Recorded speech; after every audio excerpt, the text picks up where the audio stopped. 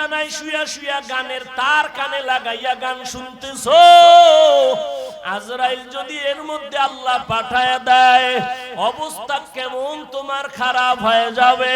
ঈমান নাই, কালেমাও তোমার জবানে আর আসবে না।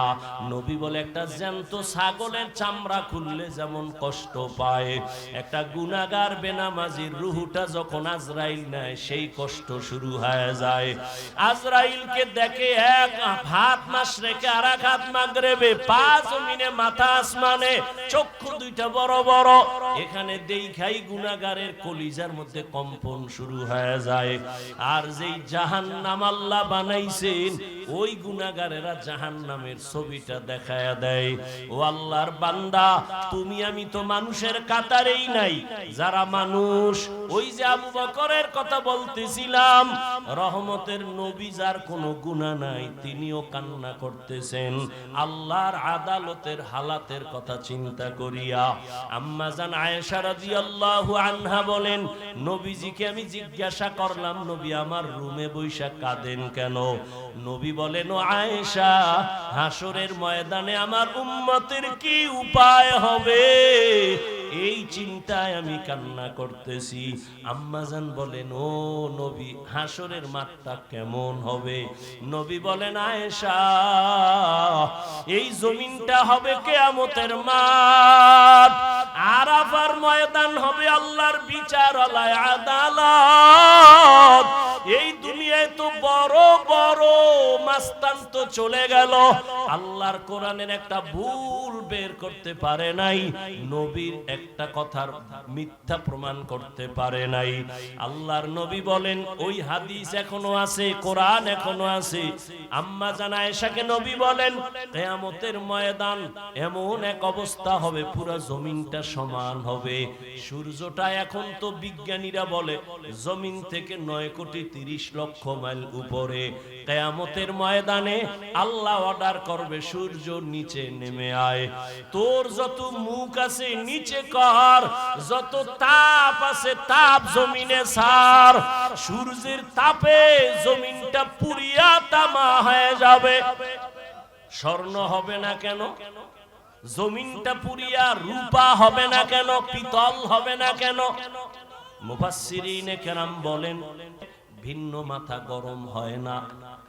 রূপার এক অংশ গরম হলে অন্য অংশ গরম হয় না, কিন্তু তামা এমন একটা ধাতু, এক পার্শ্বে গরম হয়ে গেলে পুরাটাই গরম হয়ে যাবে।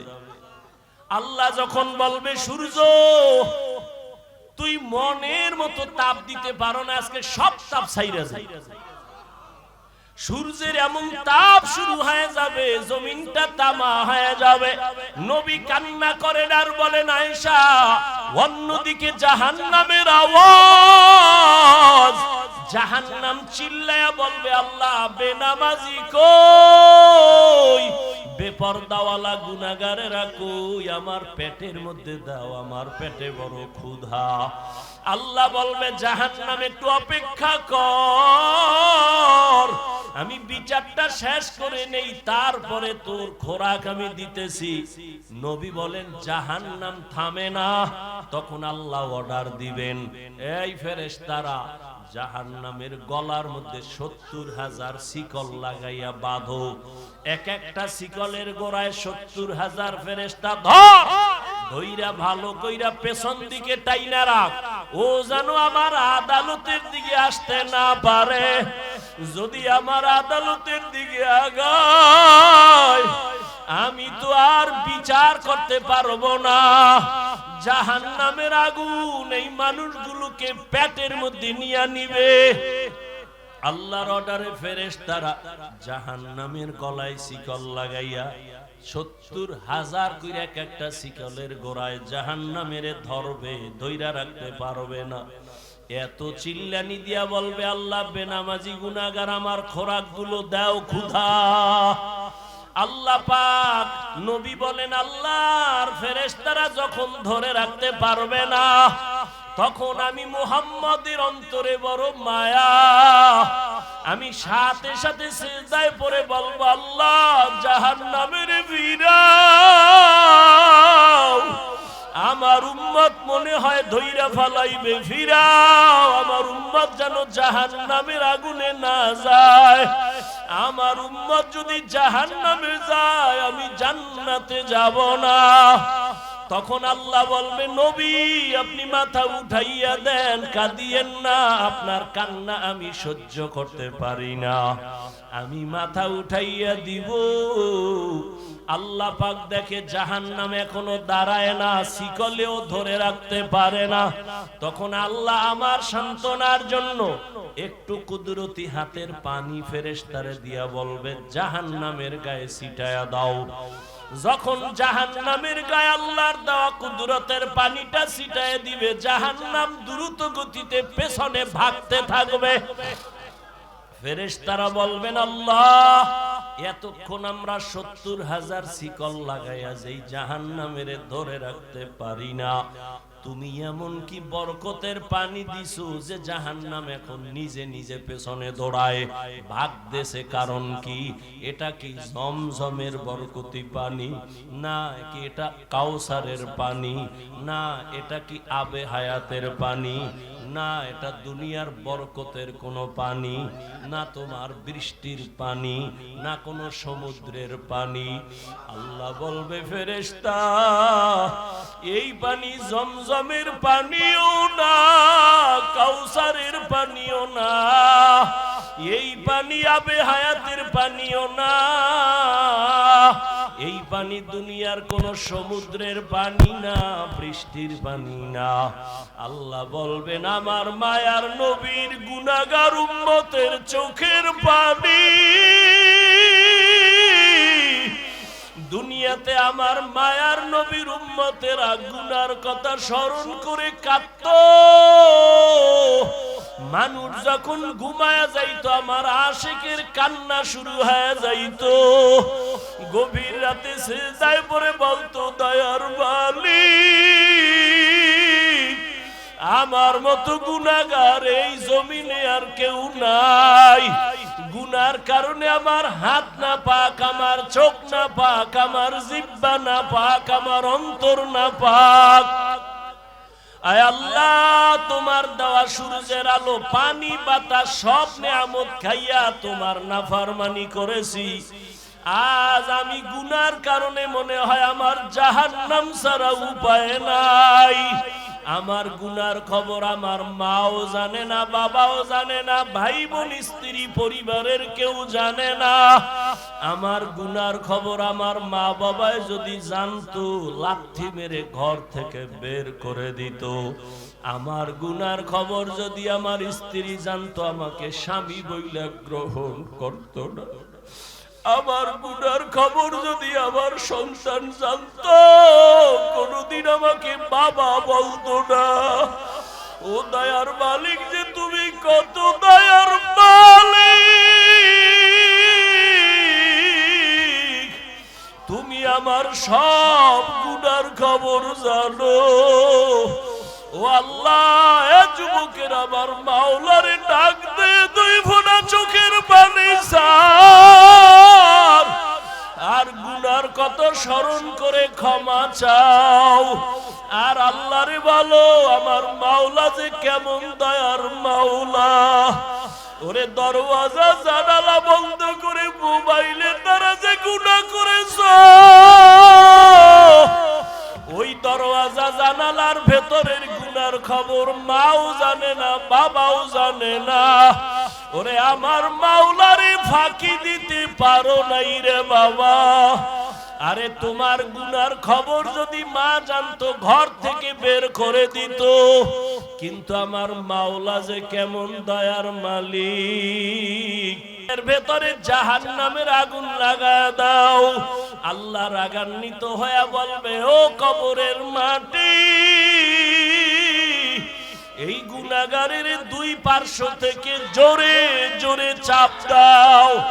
এমন জোরে দুই পার্শ্বের মাটি চাপ দিবে সহ্য করতে পারবি নি রে যুবক। একটা মশার কামড় সইতে পারো না, বেতের বাড়ি সইতে পারো না, সূর্যের গরম সহ্য করতে পারো না। গুনাহ নিয়ে কবরে গেলে কেমনে মাটির চাপ সহ্য করবা? ওরে আল্লাহরে এখনো বন্ধু বানাও, আল্লাহর খাঁটি ওলি আল্লাহ যারা উলামায়ে কেরামদের বন্ধু বানাও।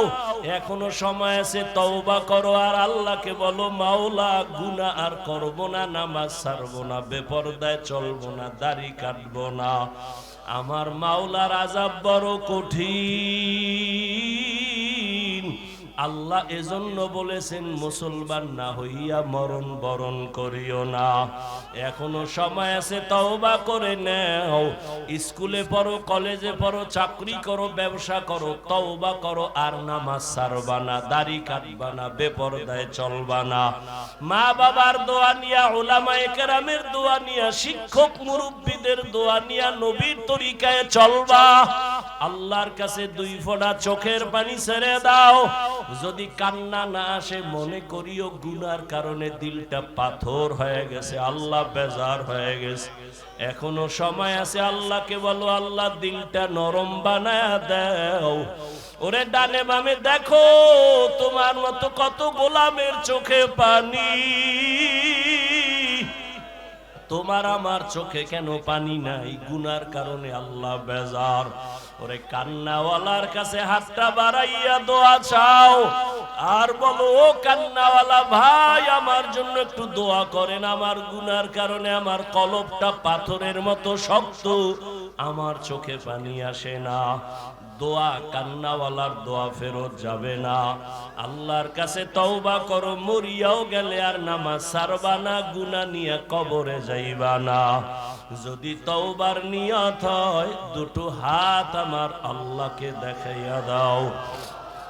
আয় আল্লাহ, হাতগুলো কবুল করে নেন, তওবা কবুল করে নেন।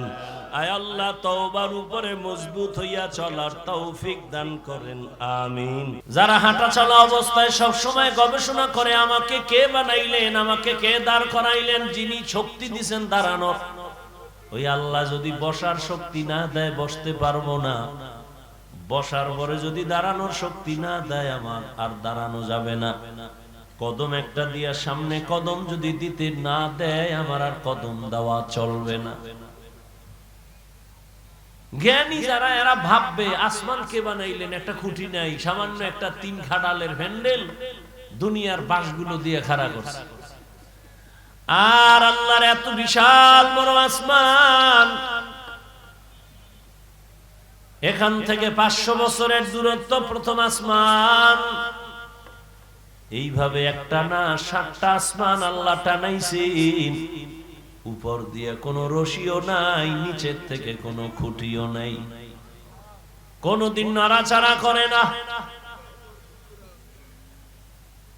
এইভাবে বিনা খুঁটিতে এত সুন্দর নীল আকাশ কে টানায় রাখছেন? যারা জ্ঞানী তারা ভাবে এর পেছনে একজন মিস্ত্রি আছে, মালিক আছে। এই মালিকের তো চিনলাম না। বলখের বাদশাহ ইব্রাহিম ইবনে আদহাম মখমলের চাদরে আরামে ঘুমায়, হঠাৎ খবর শুনতেছে কে যেন ঠক ঠক করে আওয়াজ দেয় তার ঘুমের ছাদের উপরে, ঘুমের বিছানার উপরে। প্রহরীরে ডাক দিয়া বলে, কে আওয়াজ দিল? কয় দেখি না তো কেউ রে। কয় আমি তো শুনলাম হাঁটে, কোনো আওয়াজ নাই। কে এমন সুন্দর আওয়াজ দিয়ে আবার চলে গেল? একজনে গাইবি আওয়াজ দিয়ে কইতেছে, আমি আমার হারানো একটা ঘোড়া তালাশ করতে আইছি তোমার ছাদে। হারানো ঘোড়া কি ছাদে পাওয়া যায়? আল্লাহ ওয়ালাদের একটা কথার মধ্যে অনেক কিছু ঢুকানো। আল্লাহ হেদায়েতের দরজা খুলতেছেন তো একটা বাহানা, একটা কৌশল অবলম্বন করছে। কাই বোকা, ছাদের উপর কি ঘোড়া পাওয়া যায়নি? বোকা তো তুমি। বলখের বাদশাহ ইব্রাহিম ইবনে আদহাম চমকে উঠে বসে গেলেন। এত বড় দুঃসাহস কার যে আমাকে বোকা বলল? এত বিশাল রাষ্ট্রের আমি মালিক, আমার কথায় পুরো দেশ চলে, আমাকে বোকা বললো কেন? বোকা বইলা কয় আমি বোকা না, তুমি বোকা। আমি যদি ছাদের উপরে ঘোড়া না পাই, তুমিও সুন্দর মখমলের বিছানায় ঘুমাইয়া তোমার মালিকেরে পাইবা না। ইনজেকশন একটা দিয়া নাই, ভিতরে জ্বালা শুরু হয়ে গেছে। এখন কয় আমার আসলে কে এরকম আওয়াজটা দিল? আওয়াজ তো দিছে আমার জীবনের মধ্যে একটা ধাক্কা দিয়ে ফেলছে। ভাবতেছে, জ্ঞানী মানুষ তো ভাবতেছে, ভাবতে ভাবতে ভাবতে ভাবতে মানুষ জমিনে বসে ভাবতে ভাবতে খালি উপরে উঠে, উঠতে উঠতে উঠতে উঠতে মহাশূন্যের উপরে চলে যায়। ভাবার দ্বারা মানুষ অনেক উপরে চলে যায়। এই ভাবাটারে তরিকাতের লাইনে বলে মুরাকাবা, মুজাহাদা, মুশাহাদা। বেদাতীরা এটারে বলে সাধনা। সাধনা কর। 40 বছর পর্যন্ত প্রায় রাসূল সাধনা করেছেন বাইতুল্লাহ থেকে দূরে গিয়া হেরা পাহাড়ের গুহায় সাধনা করেছেন। এখন আপনার কাছে প্রশ্ন আমার, বাইতুল্লাহর দাম বেশি না হেরা পাহাড়ের দাম বেশি? বুঝেন না, বুঝলে জবাব দিবেন না, চুপ থাকবেন। উল্টা পাল্টা বললে ঈমানের ঘাটতি হবে। বাইতুল্লাহর দাম বেশি না হেরা পাহাড়ের দাম বেশি? বাইতুল্লাহ। কোরআনের আয়াত দিয়া তো বাইতুল্লাহর দাম আল্লাহ বলেছেন, ইন্না আউওয়ালা বাইতিন উযিআ লিন-নাসি লাল্লাযী বিবাক্কাতা মুবারাকান ওয়া হুদা, মুবারাকান ওয়া হুদাল লিল আলামিন। আল্লাহ বলেন আমি জমিনটা বানাইয়া কোনো কিছুই বানাই না, একটা ঘর বানাইছি বাইতুল্লাহ। মক্কা নগরীর মধ্যে ঘর আমি আল্লাহ হেদায়েতের জন্য বানাইছি, ইবাদতের জন্য বানাইছি। এই ঘর হেদায়েতের ঘর। এটা এমন এক দামি ঘর, যেই ঘরের দিকে শুধু তাকায় থাকবে অনবরত সওয়াব লেখা হবে। এটা এমন একটা ঘর, আপনাদের ফতুল্লাহ এলাকায় মসজিদ গুলো কার ঘর? জমিনের সব মসজিদ গুলো আমার আল্লাহর ঘর, তবে বাইতুল্লাহর মতো একটার মর্যাদা নাই। বলে কেমন মর্যাদা? বলে বাইতুল্লাহর এরিয়ার মধ্যে কোন আশিক যদি একবার বলে লাব্বাইক, 1,00,000 বার লাব্বাইক বলার সওয়াব আল্লাহ দান করবে। বাইতুল্লাহর এরিয়ার মধ্যে বসে যদি একবার বলে আল্লাহ, 1,00,000 বার আল্লাহ বলার সওয়াব বান্দা পেয়ে যাবে। বাইতুল্লাহর এরিয়ার মধ্যে যদি একটা সিজদা করে আশিক, একটা সিজদার বরকতে 1,00,000 সিজদার সওয়াব পেয়ে যাবে। এরকম সওয়াব আর কোন মসজিদে আছে? এই পরিমাণ নাই। মদিনার মসজিদে আছে, নববী, মসজিদে নববী। বাইতুল মাকদিসের মধ্যেও বড় সওয়াব, কিন্তু বাইতুল্লাহর সমান না। সবই তো আল্লাহর ঘর, কিন্তু বাইতুল্লাহর সমান ঘর তো সব ঘর না। ফতুল্লাহর এইটি মাঠে সবাই তো মানুষ, কিন্তু সবাই আল্লাহর আদালতে জ্ঞানী মানুষ না। আল্লাহর আদালতে জ্ঞানী হওয়ার জন্য মেট্রিক IABA পাস করা লাগে না, মাওলানা মুফতি হওয়া লাগে না, পীর হওয়া লাগে না। আমার মাওলার আদালতে জ্ঞানী হওয়ার জন্য আমার মাওলারে চিনা লাগে, আমার মাওলার সাথে গভীর সম্পর্ক করা লাগবে। এরে যুবক, বয়ান তো তুমিও কম জানো না। নামাজ পড়া ফরজ, পর্দা করা ফরজ, মা বাবার খেদমত করা ফরজ, সবই তো জানো, করো না কেন? মিথ্যা বলা হারাম, গালি দেওয়া হারাম, গীবত করা হারাম, নামাজ ছাড়া হারাম, বেপরদায় চলা হারাম, নাচ দেখা হারাম, গান শোনাও হারাম, কাউকে হত্যা করা হারাম, চুরি করা হারাম, দুর্নীতি করা হারাম, জুলুম করা হারাম। সব এখানে এমন একটা মানুষ নেই যে জানে না। এরপরেও কেন করো না? তুমিও মুসলমান, আমিও মুসলমান। তোমার আল্লাহ আমার আল্লাহ এক, তোমার নবী আমার নবী এক, তোমার কাবা আমার কাবা এক, তোমার আমার কোরআন এক, তোমার আমার কালেমা এক, ধর্ম এক। অথচ তোমারে পাও ধইরা ধইরা আল্লাহর বান্দা উলামায়ে কেরামরা বুঝাইতেছেন। তাবলীগওয়ালাদের মেহনত, পীর সাহেবদের মেহনত, উলামায়ে কেরাম খতিব সাহেবদের মেহনত, পাও ধরে ধরে তোমারে বুঝায়। এরপরও কেন বান্দা তুমি নামাজ পড়ো না? কেন তুমি পর্দা করো না? হালাল ভাবে চলো না? এর একটাই মাত্র কারণ, তুমি কারে সেজদা দিবা তার প্রতি তোমার মায়া এখনো হয় নাই। আর মায়া না হওয়ার কারণ, তাকে এখনো তুমি চিনো না। আমি টুপি খুলতে চাই না, লজ্জা। কোন মুসলমান যে টুপি মাথায় দিতে চাও না, লজ্জা। আমি দাড়ি কাটতে চাই না, লজ্জা। তুমি কেমন মুসলমান দাড়ি রাখতে চাও না, লজ্জা। আমি মসজিদে না ঢুকলে লজ্জা পাই, তুমি মসজিদে ঢুকতে গেলে লজ্জা পাও। আমি পর্দা না করলে লজ্জা পাই, তুমি পর্দা করতে গেলে লজ্জা পাও।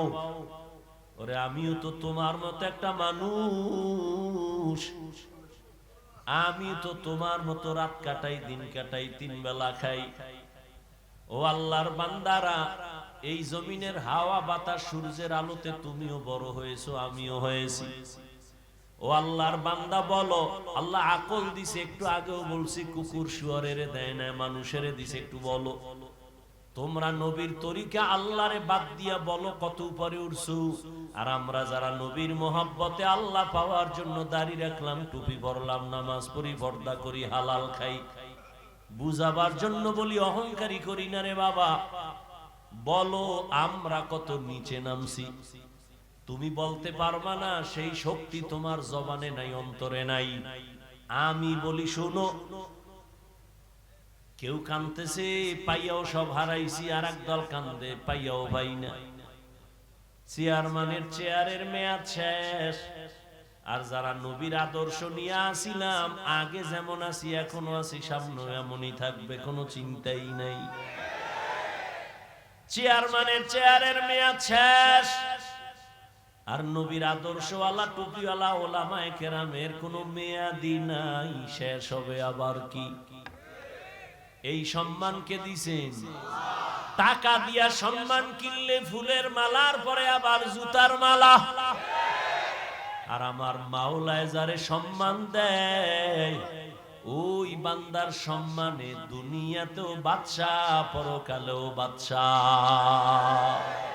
হে খোদা দয়াময় রব্বুল আলামিন,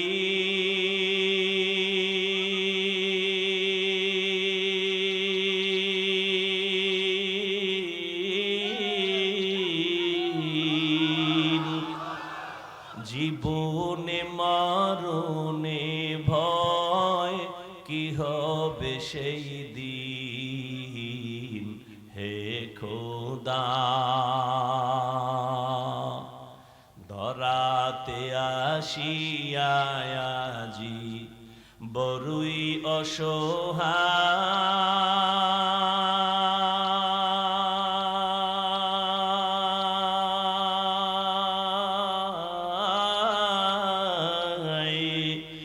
ইহকালের মায়া জালে অন্ধ যে সবাই। দাও হেদায়াত মুক্তি দাতা গফুরুর রহিম,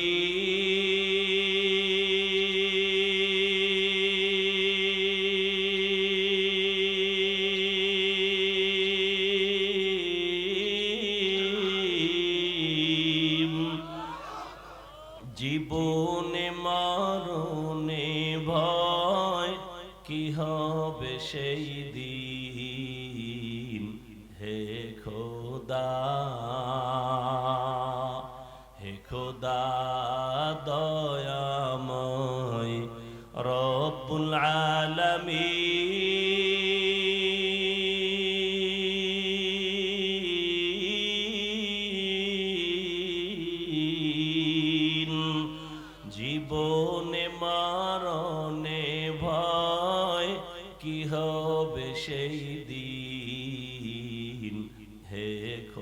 খোদা।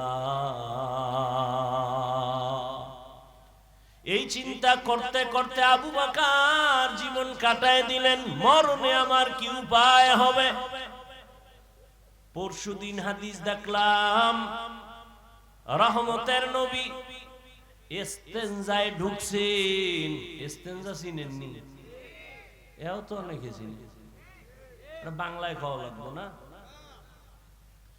রহমতের নবী হাজত ছাড়তে ঢুকলেন, বাথরুমে গেলেন। নবী বাথরুম থেকে বের হইয়া দ্রুত তায়াম্মুম করতেছেন মাটি দিয়া। কি করেন? তায়াম্মুম করতেছেন রহমতের নবী। সাহাবী ডাক দিয়া বলেন, ইয়া রাসূলুল্লাহ, ওই যে পানি দেখা যায়, পানি দেখলে তো তায়াম্মুমের আর দরকার কি? ওখানে যাইয়া ওযু করে নিবেন। রহমতের নবী বলে, রে সাহাবী, আমি যে বাথরুম থেকে বের হইছি, ওই পানি পর্যন্ত যাওয়ার আমার কোনো গ্যারান্টি নাই। আমি এই জন্য তাড়াতাড়ি ওযু বানাবো, পানি পাবো, তারপরে ওযু বানাবো। ওই পর্যন্ত পৌঁছতে পারবো কিনা গ্যারান্টি নাই। এর মধ্যে না জানি আবার আজরাইল এসে হাজির হয়ে যায়। আজরাইল যদি আইসা হাজির হয়, আমার তো আর পানি পর্যন্ত যাওয়ার সুযোগ হবে না। চোখের সামনে দেখো লাশ আর লাশ। জানাজা পড়লি, লাশ কবরে দাফন করলি, আর পর নিজের লাশের চিন্তা করলি না। কত মা সন্তান হারায় কাঁদে, আমারে কে আম্মু বলে আর ডাক দিবে? মা সন্তান হারায় কাঁদে, আমি কাকে আম্মু বলে ডাক দিব? এরে আল্লাহর বান্দা, ভাই ভাই হারায় কান্না করতেছে, স্ত্রী স্বামী হারায় কাঁদে, স্বামী স্ত্রী হারায় কাঁদে। ও আল্লাহর বান্দা, এই কান্না তো তুমি কাঁদো না, তবে লেখা রাখো তোমার ঘরেও কিন্তু কান্না আসতেছে। এমন কান্না শুরু হবে, আর কান্না শেষ হবে না। ও আল্লাহর বান্দারা, এত বয়ান জানো, শুনো, এরপরও কেন মানো না রে বাবা? এর একমাত্র কারণ, আমার মালিকের দরবারে যে যাওয়া লাগবে, দাঁড়ানো লাগবে, হিসাব দেওয়া লাগবে, সে চিন্তাই নাই। এই চিন্তায় যারে ধইরা ফালাইছি, ওই বান্দার দিকে তাকাইলি দেখবা চোখের কোঠায় পানি। কিও ভাই, তোমার চোখে পানি কেন? বলে, আমি মালিকের আদালতে কেমনে দাঁড়াইয়া জবাব দিব? রহমতের নবী আম্মা জান আয়েশার হুজরায় ঘুমায়। হঠাৎ নবী বলেন, আমি যদি ঘুমাই, আমার চোখ বন্ধ থাকলে আমার অন্তর ঘুমায় না। হঠাৎ আমি কানের মধ্যে শুনি, কে জানো আমার মাথার পার্শ্বে মসজিদে নববীতে কান্না করে রাতের গভীর। আমি উঠলাম, উঠা আমি বের হইয়া তাকায় দেখি রাতের গভীরে নামাজে দাঁড়ায়া কে কান্না করে? দুনিয়ার কোন সাধারণ কেউ না, আমার কলিজার সাহাবী, জান্নাতের 1 নাম্বার সার্টিফিকেটধারী সাহাবী আবু বকর নামাজে দাঁড়ায়া দাঁড়ায়া কান্না করতেছি। আমি নবী পেছনে অপেক্ষা করতেছিলাম। নামাজে জিজ্ঞাসা করলাম, ও আবু বকর, আপনি নামাজে দাঁড়ায় কান্না করেন কেন? আবু বকর বলেন, ইয়া রাসূলুল্লাহ, আমি আল্লাহর আদালতে কেমনে দাঁড়াবো সেই ভয়। हर के दारत खौफे हक दर दिल मदम जन्नतुल मअवा देहत रामकाम जुज़बा हक़ची ज़े मखाज इंसुजा फज़ले उआ मस्ते दर जुमला जहा।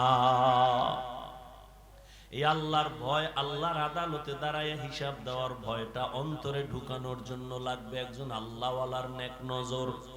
এজন্য আল্লাহ বলেন, ইয়া আইয়ুহাল্লাযীনা আমানুত্তাকুল্লাহা হাক্কা তুকাতি ও মুমিনেরা আল্লাহকে ভয় করো, হক আদায় করে। ওয়ালা তামুতুন্না ইল্লা ওয়া আনতুম মুসলিমুন।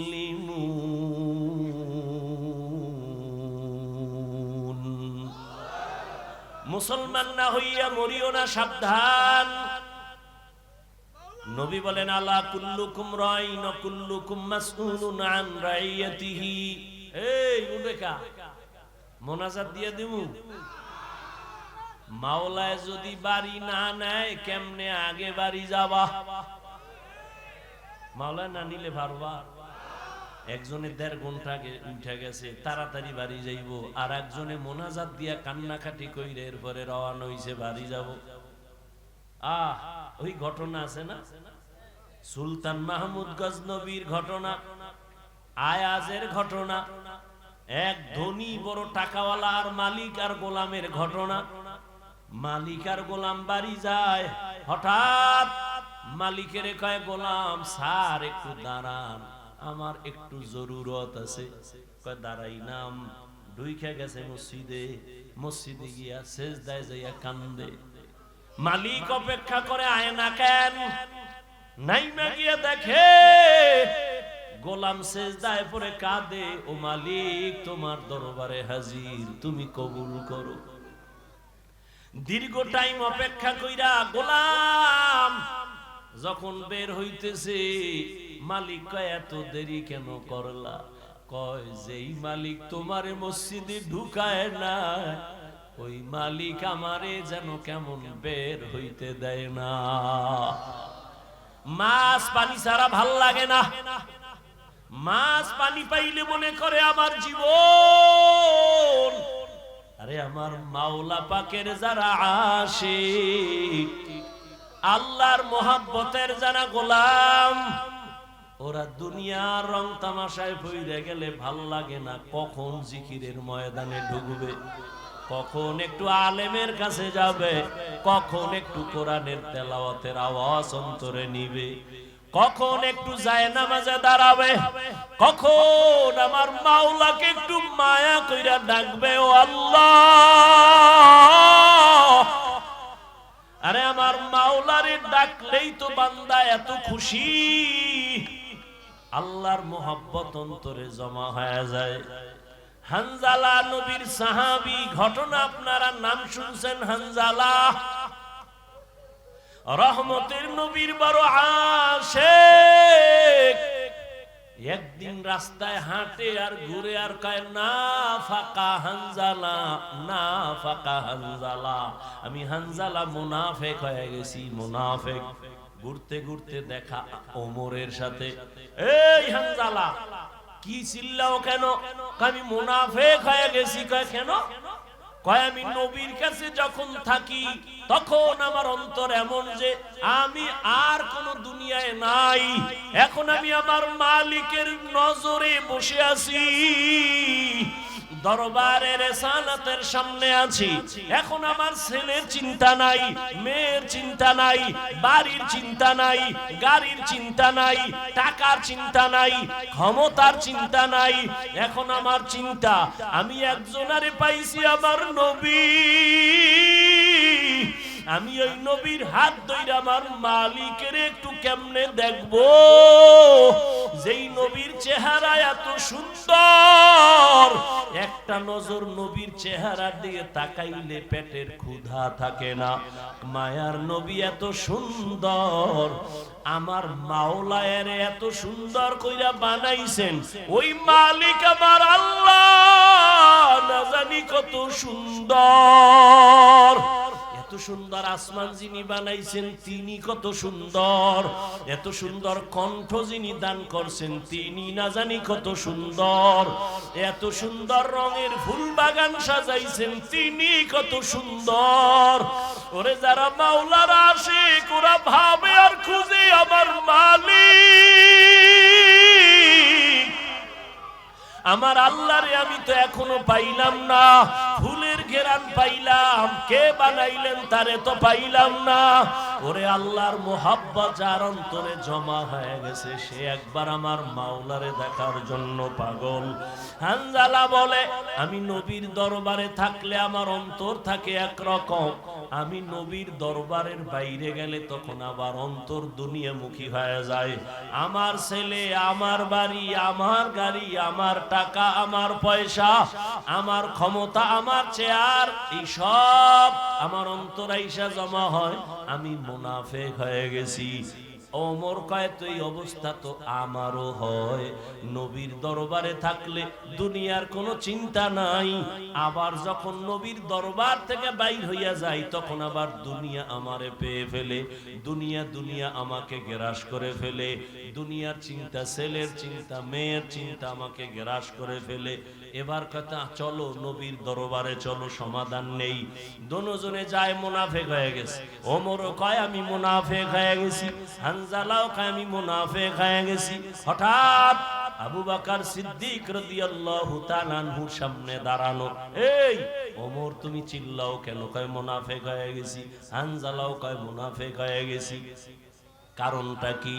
বলে এই কারণ, নবীজির দরবারে যখন থাকি মনে হয় যেন দুনিয়াতে আমার আর কিছু নেই, নবী আমার কলিজা, আমি নবীর হাত লাগাই আমার মালিক আল্লাহর সঙ্গে মোলাকাত করব। কিন্তু নবীর দরওয়াজা থেকে বের হইলে তখন আবার ঢুইকা যায় ছেলে, মেয়ে, স্ত্রী, পরিবার, দুনিয়ার চিন্তা। আবু বকর কয়, অবস্থা তো আমারও, মনে হয় আমিও মুনাফিক হয়ে গেছি, আমার মাওলার ভয়। আর তুমি নামাজে দাঁড়াইয়াও দোকান নিয়ে ভাবো, নামাজে দাঁড়াইয়াও ছেলের চিন্তা, মেয়ের চিন্তা, ঘরের চিন্তা, ক্ষমতার চিন্তা। ওরে আবু বকর, নবীর দরবার থেকে বের হইলে দুনিয়া, নবীর দরবারে থাকলে দুনিয়ার চিন্তা নাই, এরপরও ভয়, কান্নার আওয়াজ। আর তোমার আমার তো নামাজের মধ্যেও দুনিয়া ঢুকানো, জিকিরের মধ্যেও দুনিয়া ঢুকানো। তোমার আমার চোখে পানিও নাই, কোনো আফসোসও নাই রে বাবা। নবীর দরবারে গেলেন, রহমতের নবী বলেন, এমন যদি তোমাদের হয় আর ভয় লাগে, এটাই তোমাদের ঈমান যে শুদ্ধ পরিপক্ক, এটাই তার প্রমাণ, তোমাদের ঈমানে কোনো ভেজাল নাই। এরে নবীর আশিক ইব্রাহিম ইবনে আদহাম পাগলের মতো হয়ে গেল, কে আমাকে বোকা বলল? ঠিকই তো, আমার ওয়ার্ডারে বলখের মানুষগুলো দাঁড়ায় আর বসে, কিন্তু আমি তো একবারও চিন্তা করলাম না, এই যে সূর্যটা উঠছে পূর্ব দিগন্তে, এই সূর্য তো আমার অর্ডারে উঠেও না, আমার অর্ডারে ডুবেও না। রাতের বেলা আকাশে চাঁদের আলো, আমার অর্ডারে চাঁদ উঠেও না, ডুবেও না। তাহলে এর পেছনে তো একজন মালিক আছে, নাই? ওই মালিকের তালাশ করছনি? এরে আল্লাহর বান্দা, তোমারে কেউ হাদিয়া পাঠাইছে, কে পাঠাইছে তার পরিচয় নাও, মোলাকাতের জন্য পাগল, দেখা করলে মনে হয় আরো হাদিয়া দিবে। যেই মাওলায় তোমারে আমারে মানুষ বানাইছেন, কুকুর বানান নাই, শুকর বানান নাই, আবার আখিরি নবীর উম্মত বানাইছেন, এত সুন্দর জীবন আমাকে দান করছেন। আমার মতোই তো কত মানুষ, ওই যাও ডিআইটি মসজিদের বারান্দায় যাও, বাইতুল মুকাররমে জুমার দিন গিয়া দেখো, পাও নাই, ভিক্ষা করে। দুইটা চোখের পাওয়ার নাই, বলে আমি অন্ধ, আমারে কিছু ভিক্ষা দাও। আমার মাওলায় যদি তোরে অন্ধ বানাইতেন রে যুবক, বল সারা রাত মোবাইলে নাচ গান কেমনে দেখতি? আমার মাওলায় যদি অন্ধ বানাইতেন, কে তোরে চক্ষু দান করত? আমার মাওলায় যদি তোরে বধির বানাইতেন, কে তোরে আর সুস্থ করত? কত মানুষ সুস্থ ছিল, হঠাৎ কইরা জ্বর আসছে, বিছানায় পড়ে একটা সাইট নষ্ট হয়ে গেছে, বিছানা থেকে এখন আর উঠতে পারে না, কণ্ঠ শেষ, জীবনটাই অর্ধেক হয়ে গেছে। এখন ছেলেও ভালো জানে না, মেয়েও ভালো জানে না। ও আমার ফতুল্লাহ এলাকার মুসলমান বাবারা, ও বৃদ্ধ বাবাজি, ও যুবক, একটু চিন্তা করো বাবা, আমরা নবীর আদর্শ মানতে গিয়া কই আমগো তো না খাইয়া কেউ মরি নাই, সম্মান কমে নাই। আমি তোমাকে বলি না আমগো মতো হুজুর হয়ে যাও, একবারও বলি না রে বাবা। বরং তুমি স্কুলে পড়ো আলহামদুলিল্লাহ, কলেজে পড়ো, চাকরি করো, ব্যবসা করো আলহামদুলিল্লাহ, তবে ওখানে থাইকেই তুমি আমার মালিকের সাথে একটা লাইন লাগাও, ওখানে থাইকা নামাজের সিজদা দাও। চাকরি করিয়াও কি তোমার মতো নামাজি নাই? ব্যবসা করে নামাজ ছাড়ে না এরকম জেনারেল লাইনের মানুষ কি নাই? তোমার মতো যুবক রাস্তায় গাড়ি চালায়, এক বেলার নামাজও ছাড়ে না, দাড়িও কাটে না। বলো বাবা তুমি কেন পারো না? তোমার মতো কত যুবক নদীর মধ্যে মাছ ধরে, নামাজ ছাড়ে না, বলো তুমি কেন পারো না? তোমার মতো যুবক স্কুল কলেজে পড়িয়াও নামাজ ছাড়ে না, বলো তুমি কেন পারো না? আসলে কি তোমার কপাল পুড়িয়া গেছে, নাকি কোরআন হাদিস মিথ্যা মনে করেছো? যদি বলো হ্যাঁ, তো একটা ভুল কোরআন থেকে বের করে দাও, আমিও দাড়িটা কেটে ফেলি, নামাজ বন্ধ করে দেই। যদি কোরআনে ভুল হয় সবই ভুল, আল্লাহ ভুল। আর যদি বলো না আল্লাহর কোরআন সত্য, তো আল্লাহ আছেন সত্য, গুনাহ নিয়ে কবরে গেলে আযাব হবে তাও সত্য, নেক আমল নিয়ে যদি যাও জান্নাত পাইবা তাও সত্য। আল্লাহর কোরআন মিথ্যা না সত্য?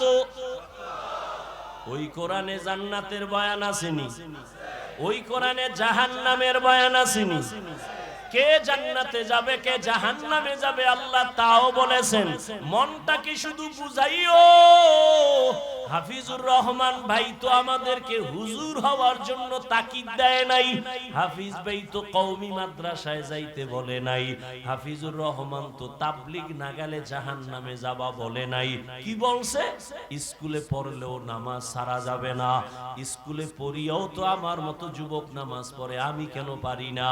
আমার মতো যুবক চাকরি করে নামাজ পড়ে, আমি কেন পারি না? আমার মতো যুবক ব্যবসা করে নামাজ পড়ে, আমি কেন পারি না? আমার কপাল বুঝি খারাপ, গুনার কারণে আল্লাহ বুঝি আমার উপরে বেজার হয়ে গেল। এখনো সময় আছে, তওবার দরজায় ফিরে আসো।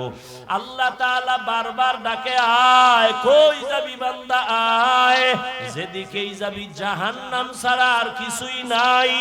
আমার দরজাটা শান্তির আর রহমতের দরজা, তওবা কর, জীবনের সব গুনাহ মাফ করে দিব।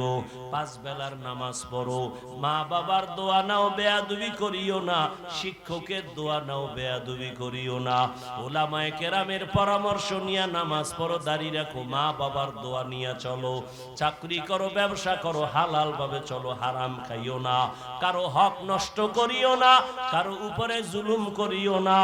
যদি এমত অবস্থায় তুমি নেক আমল নিয়ে কবরে যাইতে পারো, তোমার কবর হবে জান্নাতের বাগান। আল্লাহ তাআলা আরামের বিছানা দিবেন ফেরেশতার মাধ্যমে ঘুমানোর জন্য।